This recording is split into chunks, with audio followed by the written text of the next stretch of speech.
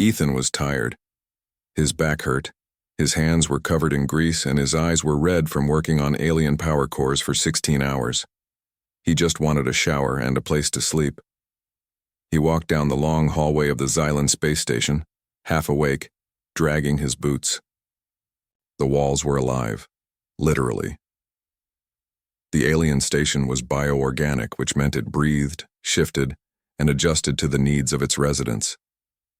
But that also meant the doors didn't have numbers. They recognized you by your DNA. Tonight, the system made a mistake.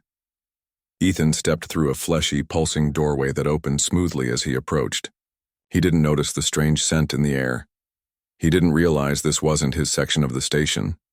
He didn't see the glowing symbol above the archway, written in the alien language of the royal bloodline. He just walked in, tossed, his clothes in a heap, and stepped into the foggy shower chamber. Warm mist covered his body as the alien tech sprayed him with purifying water. Soft light glowed above. For the first time in days, Ethan relaxed.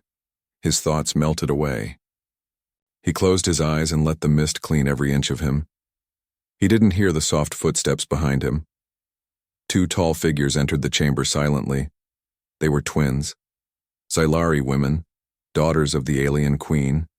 Their bodies were tall and slim, with shimmering skin that changed colors based on their emotions. Their long silver hair moved like silk in water. They had come to meditate. This was their private bathing space, guarded, hidden, sacred. But the door had accepted Ethan. They stepped through the steam and froze. There, in the center of the room, stood a naked human male. His back was to them. Water ran down his spine. Muscles shifted as he moved. His presence wasn't just unexpected, it was forbidden. One of the twins gasped. The other covered her mouth. Ethan turned around slowly, confused by the sound. His eyes widened when he saw them. He reached for a towel, slipping slightly on the wet floor. I'm sorry. I didn't mean, this isn't... He struggled to speak, but the twins didn't scream. They didn't run. They didn't even move. They stared at him like they had seen a ghost and were a god. One of them stepped forward slowly, her eyes wide with wonder. "It's true," she whispered. "The ancient flame exists." Ethan blinked. "What?" They looked at each other, then back at him. The second twin spoke now, her voice shaking. You're the one from the scrolls." "I think there's been a mistake," Ethan said, wrapping the towel tighter. "I just came here to wash. The door opened." "The door should not have opened," the first one said. "Only royal blood, or the flame." Ethan had no idea what they meant. He just wanted to find his quarters and disappear. But before, he could walk away. One of the twins gently touched his arm. Her skin shimmered gold where they connected. She gasped. A glowing pattern began to form on her hand, spreading up her wrist in spirals of light. The second twin stumbled back. He activated the mark. Only the chosen can do that. Ethan stepped away, panicking. "Look, I really didn't mean to cause trouble. Please, just tell me how to get out." But the mark didn't stop. It kept growing on the twin's body. Slow, warm light pulsing with her heartbeat. A loud hum echoed in the chamber. The walls responded. Something ancient had been triggered. In a royal control room deep within the station, alarms began to flash. An old system thought dead was now active again. The Queen's eyes opened wide as she read the message. "Flame detected." Back in the bathing chamber, the twins looked at Ethan with fear and awe. "You need to come with us," one said, softly. "Now," the other added. Ethan shook his head. "I didn't do anything." "No," the twin said, "but you are something, and if the Queen finds out before we do, you won't live to understand it." Ethan felt the floor vibrate. Under his feet, something had changed. Something very old and very dangerous had just awakened.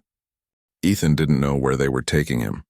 The alien twins held his arms tightly, not roughly but with urgency. Their skin still glowed from the strange mark that had appeared after touching him. The hallway twisted like a living serpent, its walls breathing softly. Bioluminescent lights lit their path. He noticed they were no longer in the public levels of the space station. This place felt old, forgotten. "Where are we going?" Ethan asked, his voice low. One twin, Lyra, looked over her shoulder, to the Chamber of Whispers. "The what?" Her sister Nara answered. "It's where the truth is kept." Ethan didn't understand. He had only signed up to repair engines and solar panels, not walk into some glowing myth. But his heart was pounding.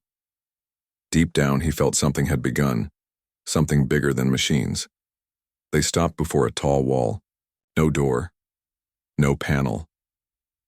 But Lyra reached out her glowing hand, and the wall melted open.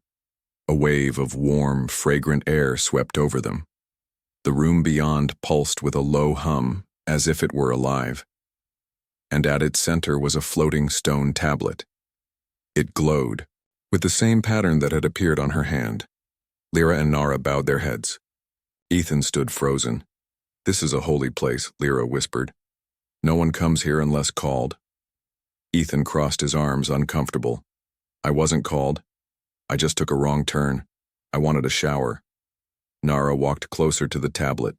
"Not wrong, not accident. The flame always returns this way." "The flame," he echoed. She turned slowly. 1,000 years ago, our people were nearly destroyed. The stars dimmed. Our planet froze. But then, a being came from the sky. Not alien to us, but different. A human, Ethan guessed. No one knew. His face was covered in fire. His voice shook the moons. He lit the great core again and disappeared. But he left a promise. One day he would return. And when he does... Lyra stepped forward, completing the sentence. "The bloodline will burn and be born anew." Ethan raised his hands. "I am not some fire spirit. I fix things, I break things. I barely passed training." But the tablet floated closer. It was scanning him. A beam of light ran down his body from head to toe. Symbols on the tablet changed. They turned from alien runes to something more familiar, to Earth script. "Impossible," Lyra whispered. "It recognizes his language." Words formed in the air. "Flame host confirmed. Human DNA compatible. Activation level, dormant." Nara touched her glowing hand to the tablet. The light grew brighter. Her eyes shimmered with something between fear and fascination. "The prophecy speaks of two paths," she whispered. "One path saves our species, the other destroys it." "And I'm just supposed to pick one?" Ethan said, backing away. "No thanks. You've got the wrong guy." Before anyone could respond, a deep voice echoed through the chamber. "You are not the one to choose." Everyone turned. A new figure stood at the chamber's edge, tall, dressed in heavy black robes, eyes glowing blue, a royal guard of the Queen. "You have entered a place forbidden to outsiders," the guard said. "You've awakened technology locked for millennia. You have triggered the bloodline warning." Ethan stepped in front of the twins, heart pounding. "I didn't mean to. It was a mistake." The guard ignored him. He looked at the twins. "You brought him here?" "We had to," Lyra said. "He activated the mark," Nara added. The guard's face grew dark. "Then you've doomed us all." He raised his wrist. A hologram blinked to life. Location, Royal Core Zone. Status, flame detected. Action, terminate. Host. Ethan's eyes widened. "Terminate?" He didn't wait. He turned and ran. The twins screamed. The chamber shook. The guard shouted, "Seal the exits!" The walls rippled, but Ethan ducked beneath a biovine, slid through a narrow side opening, and vanished into the dark belly of the station. Somewhere deep in the ancient zone, Ethan collapsed behind a vent. His chest burned, not from running, but from something inside him. A symbol, the same spiral glowing on Lyra's hand, now flickered faintly on his own chest. His skin was changing. Back in the chamber, Lyra and Nara looked at each other. "He's not ready," Lyra said. "He doesn't have time," Nara replied. Outside, alarms rang. The Queen now knew. The flame had returned, and she would do anything to destroy it. Ethan hid in the dark. His chest glowed faintly where the strange mark had appeared. He pulled his jacket tight, but the warmth wouldn't stop. It wasn't like fire. It was alive. Like something old had been sleeping inside him, and now it had opened its eyes. The space station around him was no longer silent. Sirens howled from the upper levels. Searchlights swept the halls. Security drones buzzed through the air like metal insects. His name echoed from the speaker system in a dozen alien voices. Attention! Human engineer Ethan Walker is to be captured immediately. Use extreme force. Subject is marked Flame Host. He whispered to himself. Flame Host? What does that even mean? Suddenly, a soft hand grabbed his arm. He almost shouted, but it was Nara. Quiet, she said. They'll hear you. She pulled him into a narrow tunnel hidden between the station's power routes. The bio-walls curled closed behind them. The air smelled of ozone and warm soil. Where's Lyra? Ethan asked. She's distracting the royal guards, Nara replied, breathless. She told me to get you out. They crouched together in the narrow space. Only their breathing filled the silence. You shouldn't have come back for me, Ethan said. We had no choice, Nara replied. You're more important than you understand. I'm not. I fix reactors. I eat cold noodles. I have a fish named Chair back home. I'm not chosen. Nara looked into his eyes. Do you think legends care about your job? Ethan didn't answer. The glow on his chest pulsed again, brighter now. Meanwhile, on the royal command deck, the alien queen stood before a massive star map. Her skin shimmered in cold violet, an emotion close to rage. She turned to her advisors. He must be eliminated before the flame reaches phase 2. But your grace, one counselor said.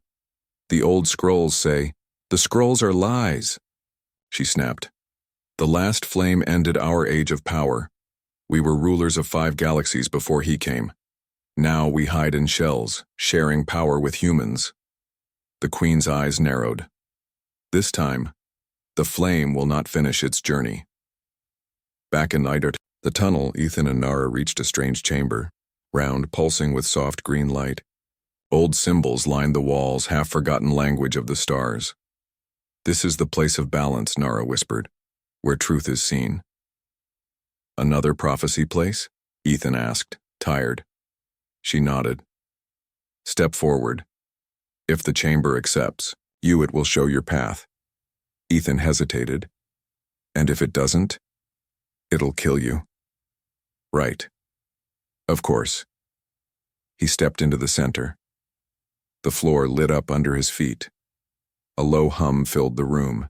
Symbols spun above his head, scanning. His DNA, his thoughts. His memories. Nara stepped back, eyes wide. A projection appeared in the air. Ethan as a child, lost in the forest. Crying. A woman's voice calling him home. Then, Ethan on a burning space station, pulling a wounded soldier to safety. Then, Ethan, crying silently over a photo, someone he lost. The chamber showed his courage, his grief, his choices. Then it showed something else. Images no one had seen. Flames swirling in space. A figure rising from fire. Whole galaxies kneeling. And the figure had Ethan's face. He collapsed to his knees. I'm not him, he whispered. I don't want this. Nara knelt beside him. You don't get to choose fate, she said softly. But you can choose what to do with it. I just want to go home. Then save us. And you can. Suddenly the wall behind them exploded. Squad of royal guards rushed in, weapons ready. One aimed at Ethan, but Nara stood in front of him. Don't, she screamed. Too late. The weapon fired. A bolt of blue energy rushed toward them. Ethan raised his arm without thinking. The bolt stopped, midair frozen, then burned away in a pulse of golden fire. The guard stumbled back. He's entering phase 2, one of them shouted. Ethan stood, glowing now, his body covered in light. Not painful, not blinding, just pure. I don't want to fight, he said, but I will. The guards fled. Nara stared at him. Ethan, your power, it's growing, he didn't respond. His eyes were locked on the symbol floating in the center of the chamber, now fully awakened. Flame host confirmed. Phase 2 complete. Destiny point reached. Far above, the queen shattered her throne's crystal armrest. Must be stopped. Bring the mind killer, she hissed. Even if it destroys the station, especially if it does. The space station shook violently. Lights flickered. Walls moaned like they were alive and in pain. Ethan grabbed the edge of a console to stay upright as the floor beneath him rumbled like an earthquake. Nara pulled him close and whispered, She sent it. The mind killer. The what? Ethan asked, eyes wide. Nara's voice was filled with fear. A creature of pure thought. It doesn't touch you. It finds your deepest pain and turns it against you. No one survives it. Not even the Queen's enemies. Ethan's heart pounded. I'm not ready for this, he said. You don't have to fight it, Nara replied. We're going below, to the core layers. It's the only place it can't reach. Without another word, she opened a hidden hatch in the wall. Biotentacles parted like curtains, revealing a narrow organic shaft with a ladder that pulsed gently. We have 1 minute. After that, it'll find us. Ethan followed her without question. As he climbed down, he heard a strange sound from above, like a song made of screams. Not loud, not sharp, but soft and broken. Like 1,000 crying voices trapped in a whisper. The mind killer was coming. They reached the bottom level, a place few even knew existed. The core layers were below the living quarters, the engine, systems, even the royal vaults. Here the walls were darker, older. The station no longer breathed like it did above. It felt abandoned. But Nara looked calmer now. This was the first part of the station ever built, she said softly. When the flame came the first time, Ethan touched a wall. It felt cold, dead. Then why bring me here? He asked. She looked at him. Because this is where the last flame host died, and where his power still sleeps. They walked deeper. Ethan's footsteps echoed behind them. Suddenly, a glowing door lit up ahead, circles of energy rippling across its surface. Nara stepped forward, then paused. This door only opens for him. Ethan took a deep breath. The last time he touched something alien, a glowing mark appeared on his chest. Now that mark was hot again, like a compass pulling him toward the center. He reached out. The door dissolved. Rush of warm air hit them, and inside was a giant crystal floating in the center of the room, cracked and humming with quiet fire. Around it were hundreds of glowing orbs, like memories frozen in time. Ethan walked in slowly, the glow from his chest matching the pulse of the crystal. What is this place? He whispered. Nara stepped beside him. It's called the Heart Core. It holds the last thoughts of the flame host before he died. Ethan reached out to one of the glowing orbs. It burst open, and suddenly he saw himself, but older, wounded, bleeding, holding a sword made of fire, standing in a battlefield among stars. A voice echoed in his mind. If you're seeing this, then the war has begun again. Ethan pulled back, gasping. Was that me? It was the previous you, Nara said quietly. You're not just chosen. You're reborn. He sat down, overwhelmed. This is too much. I didn't ask for this. I didn't want to be part of some ancient war. Nara sat beside him. Neither did he, but he chose to fight anyway. They stayed silent for a while. Then the air shifted. Cold, heavy. Sharp, Ethan turned. A shadow slipped into the chamber. The mind killer had found them. At first it had no shape, just fog. Then a face formed from the smoke. It wasn't alien. It was Ethan's mother. She was crying. Why did you leave me? The voice said. Why didn't you come back? Ethan froze. His throat tightened. Behind the illusion, the creature crept closer, feeding on his regret. Nara tried to move but fell to the floor, clutching her head. It's inside my mind. Ethan clenched his fists. He knew it wasn't real, but it felt real.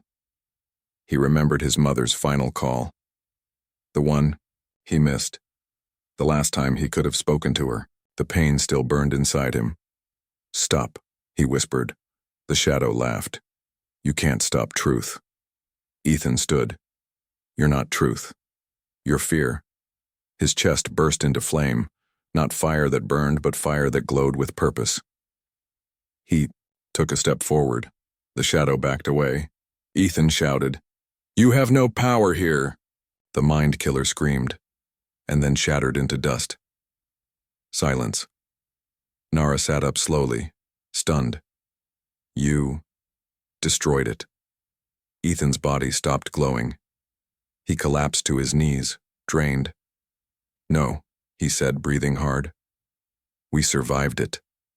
Far above, the Queen watched the station monitors go dark. She turned to her generals. Send the death ships, she said. If the station must fall, let it burn with the flame inside. The heart-core chamber was quiet now. The mind killer was gone, burned away by Ethan's inner fire. But the silence it left behind was heavy. Nara helped Ethan sit down on a smooth stone near the crystal. His breathing was slow, like someone waking from a long, strange dream. You saw her, Nara whispered. Ethan nodded. My mother. But not just her. My fears. My pain. It used them like weapons. Nara placed her hand gently over his. You fought with something more powerful than fire. You fought with truth. Ethan didn't answer. He looked at the cracked crystal floating in the air. It still pulsed faintly, like a heart on its last beat. Then, something strange happened. The floor shifted beneath them. A small circle of stone opened, revealing a hidden staircase spiraling downward. Ethan looked at Nara. That wasn't there before. No, she said softly, but you've awakened the next level. They descended the narrow staircase. The air was warmer below, filled with a scent like melted stone and electric rain. At the bottom was a chamber unlike anything Ethan had seen before. It was round, dark, and in its center floated a strange machine. Delicate, beautiful, and alive. It had no buttons, no screens. It looked like a flower made of glass and light, gently spinning in the air.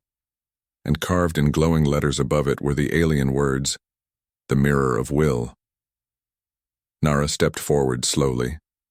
This is the oldest part of the Flame's legacy. A machine built to read the soul. Read it? Ethan asked. Not just read, she whispered. It sees your desires. It shows who you truly are, and what future you carry inside you. Ethan stared at the machine. What if I don't want to know? Nara looked at him gently. The truth comes whether you want it or not. Ethan stepped forward. The machine reacted instantly, its petals opening like a bloom at sunrise. A soft beam of light touched his chest. His mark glowed, and then the chamber faded around him. In his mind, Ethan stood in a different place, a world made of memory and feeling. He bided then, saw two paths stretching ahead of him. One was bright, filled with love, family, peace. A life where he chose not to be the flame. A life where he went back home, lived quietly, grew old. The other path was dark, filled with fire, loss, and war. He saw himself standing alone against ships, armies, and shadows. A warrior, a leader, a savior. But not happy. Both futures were real. Both lived inside him. Then the light shifted. A third path appeared. And on this path, he wasn't alone. Nara stood, beside him, holding his hand. The two of them faced the fire together. They didn't run. They walked into it, and the fire didn't consume them. It followed them. Ethan gasped as the vision ended. He was back in the chamber. Nara was standing across from him, watching him closely. He looked at her. "You were in it." She said nothing. He stepped closer. "You saw it too, didn't you?" She nodded. Slowly.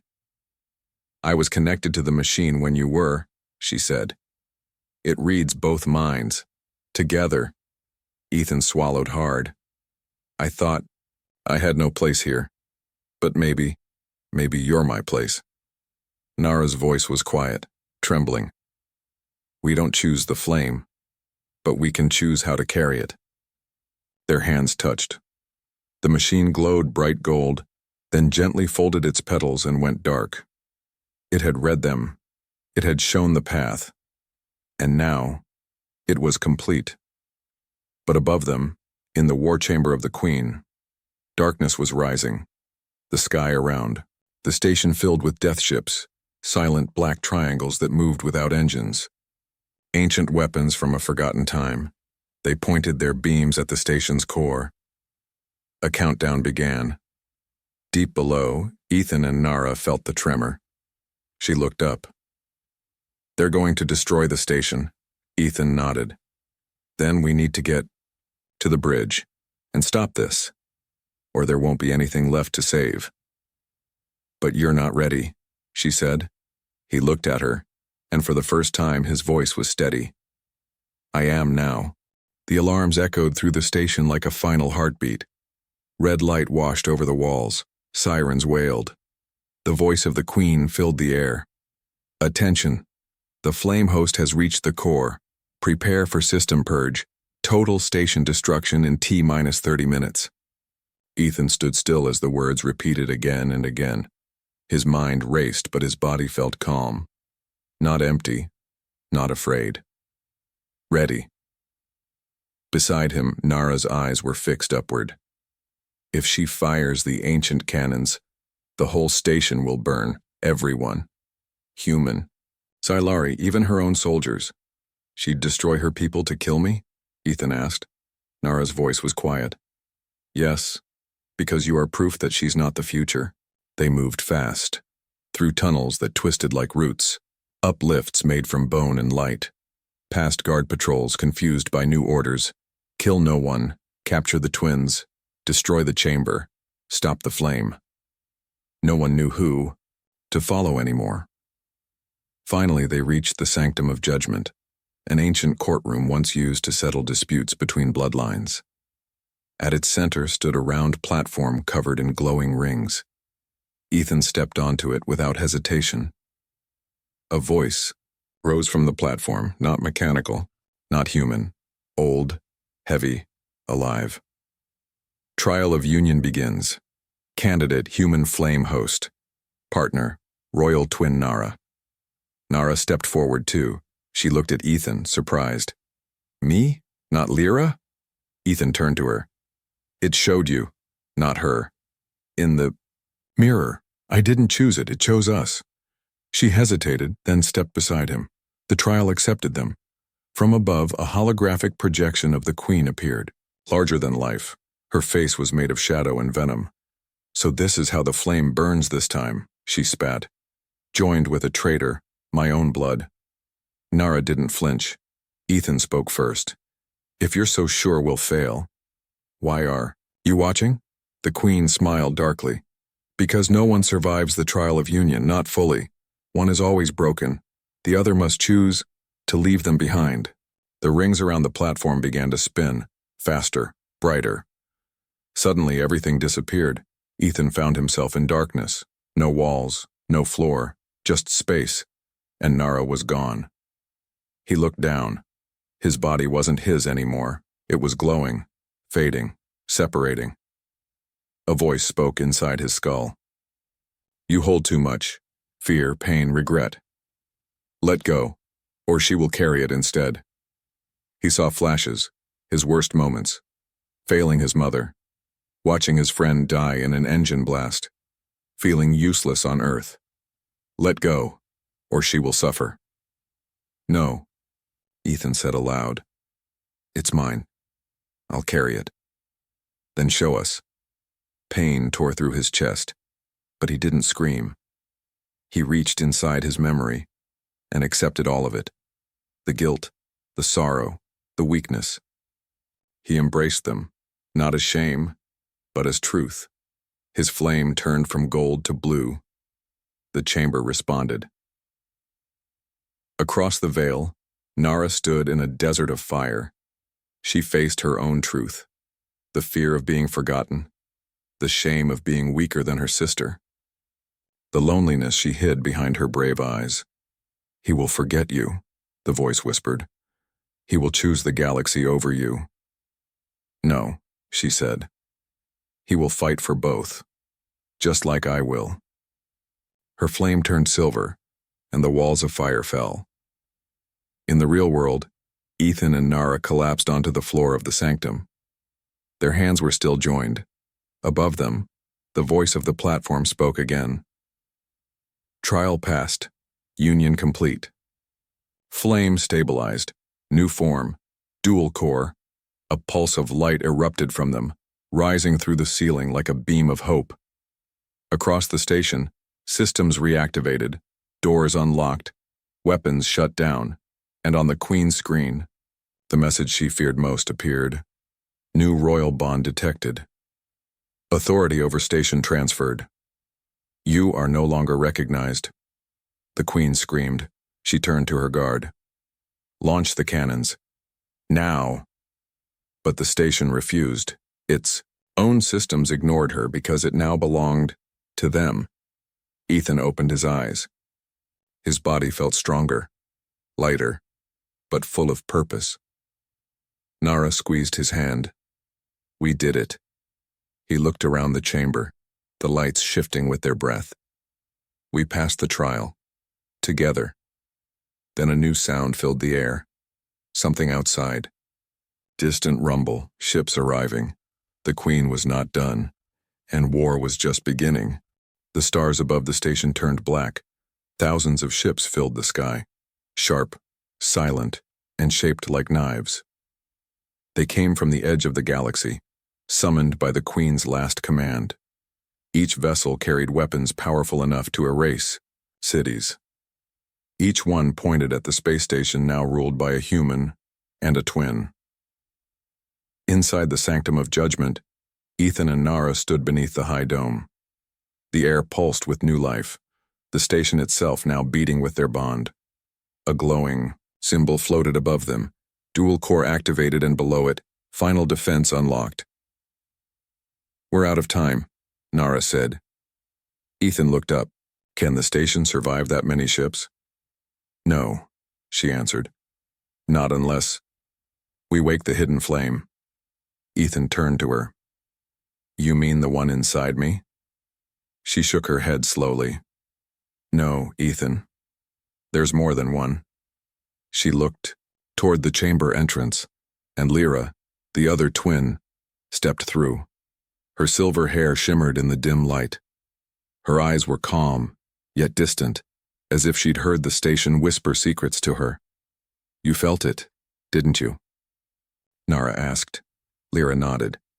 "The mirror didn't choose me, but the flame still lives in me. Not as a partner, but as a guardian." Ethan looked between them. "What does that mean?"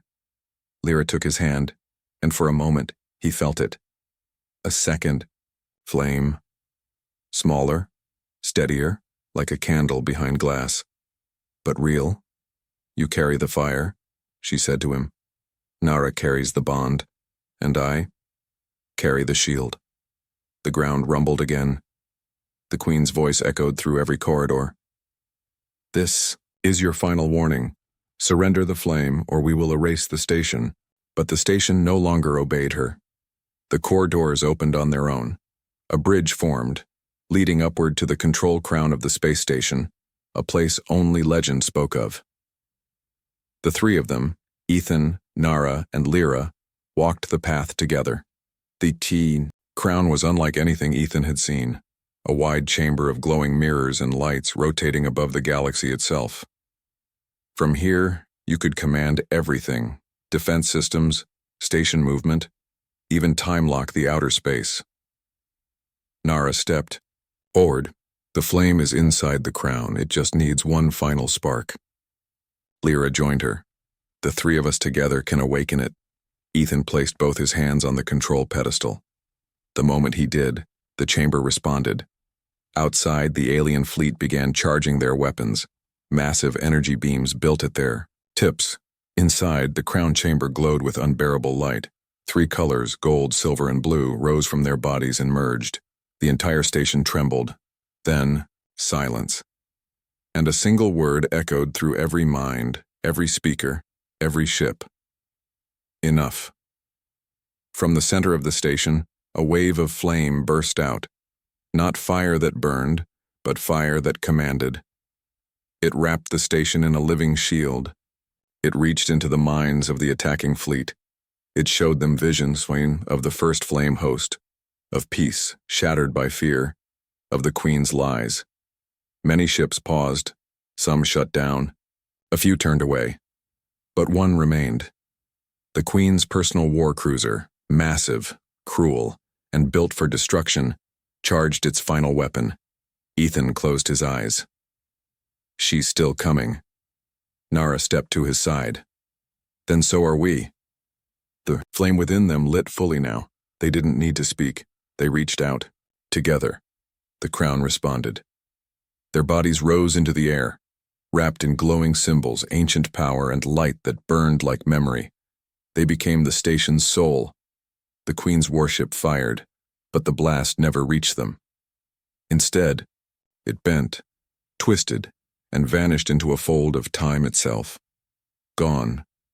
Back on the warship, the Queen collapsed, her power ended, her connection severed, and her lies exposed to all her people. She was finished. Inside the station, the light faded.